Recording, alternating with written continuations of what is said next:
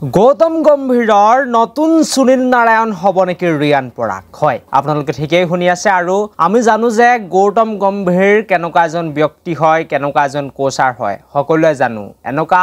বেয়া প্লেয়াৰ জনকো তেখেতে ভাল কৰি দিয়ে একেবাৰে এডখৰ লোহাৰক খুন বনাই দিব পৰা ব্যক্তিজনৰ নামেই হৈছে গৌতম গম্ভীৰ ঠিক তেনেদৰেই সুনীল নাৰায়ণক আমি দেখিছিলো গৌতম গম্ভীৰে পালে কেনেকুৱা কৰি দিয়ে আগৰ আইপিএল সিজনত সুনীল নাৰায়ণে খেলিবই নোৱাৰে কিন্তু যেতিয়াই 2024 চনৰ আইপিএলত কলকাতা দললৈ গৌতম গম্ভীৰ আগমন ঘটিল তেতিয়াই কিন্তু সুনীল নাৰায়ণৰ 2.0 দেখিবলৈ পোৱা গৈছিল বুলি ক'ব লাগিব ঠিক সেইদৰে এতিয়া ইণ্ডিয়া টিমত আমাৰ ৰিয়ান পৰাগক গৌতম গম্ভীৰে নতুন সুনীল নাৰায়ণ বনাব বিচাৰিছে নেকি হেতুৱে এতিয়া সকলোৰে মনত প্ৰশ্ন হৈছে আৰু তাৰে এটি ইংগিত বুলি ক'ব লাগিব যদিও ৰিয়ানে বেটিংত ইমান ভাল কৰিব পৰা নাই কিন্তু আপোনালোকে দেখিলে ফিল্ডিং কেনেকুৱা কৰিছে খেলুৱৈজনে কেনেকুৱা সুন্দৰ বোলিং কৰিছে মাত্ৰ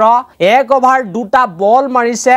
আৰু এক ওভাৰ দুটা বল মাৰি 5 ৰান ৰিয়ানে দিছে আৰু 5 ৰান দি কেটা উইকেট লৈছে 3টাকৈ উইকেট ৰিয়ানে দখল কৰিছে আৰু তাৰ পাছতে এতিয়া চৰ্চা আৰম্ভ হৈছে ৰিয়ান পৰাগৰ নামত যে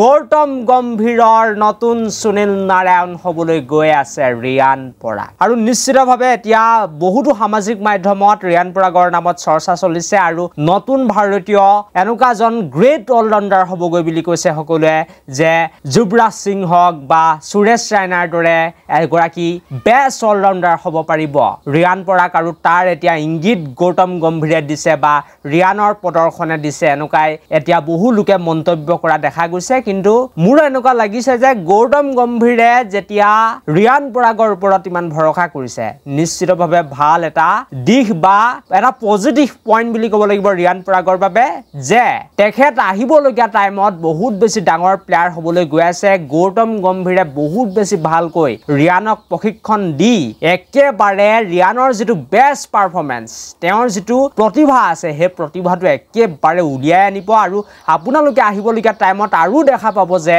ৰিয়ান পৰাগে যদি বেটিংত নোৱাৰে তেনেহলে বলিংত ভাল কৰিব আৰু বলিংত যদি নোৱাৰে তেনেহলে বেটিংত ভাল কৰিব মুঠতে ৰিয়ান পৰাগক সূৰ্যকুমাৰ যাদৱও এক্স ফেক্টৰ বুলি কৈছে আৰু যিকোনো মুহূৰ্ততে ভাৰতীয় টিমত একেবাৰে লুকাই মেলি হুমাই থাকিব এগৰাকী খেলুৱৈ ভাৰতীয় টিমৰ প্লেইং 11ৰ কথা কৈ আছো প্লেইং 11ত এগৰাকী খেলুৱৈ একেবাৰে লুকাই থাকিব প্ৰায় 3-4খন মেচত তেওঁ ভাল বেটিং কৰিব নোৱাৰিব পাৰে কিন্তু যিখন খেলত আমাৰ ভাৰতীয় টিমক দৰকাৰ যিখন খেলত আমাৰ ভাৰতীয় টিমক ৰানৰ প্ৰয়োজন হ'ব সেইখন মেচত কিন্তু ৰিয়ান পৰাগৰ বেটৰ পৰা ৰান অহা সকলোৱে দেখা পাব আৰু যেতিয়া ভাৰতীয় টিমক উইকেটৰ প্ৰয়োজন হ'ব তেতিয়া কিন্তু ৰিয়ান পৰাগে আহি উইকেট লৈ দিব এনেকুৱা ধৰণৰ বৰ্তমান সময়ত প্ৰশিক্ষণ ৰিয়ান পৰাগক গৌতম গম্ভীৰৰ ফালৰ পৰা বা ইণ্ডিয়া টিমৰ যি টিম মেনেজমেন্ট আছে সেই টিম মেনেজমেন্টৰ ফালৰ পৰা দি থকা হৈছে আৰু কিছু সময়ৰ আগতে ৰিয়ান পৰাগে এটা ইন্টাৰভিউ কৰিছে বা যেতিয়া খেল শেষ হয় তাৰ পাছতে BCCI টিভিত ৰিয়ান পৰাগে নিজে কৈছে যে গৌতম গম্ভীৰে মোক শিকাইছিলে বা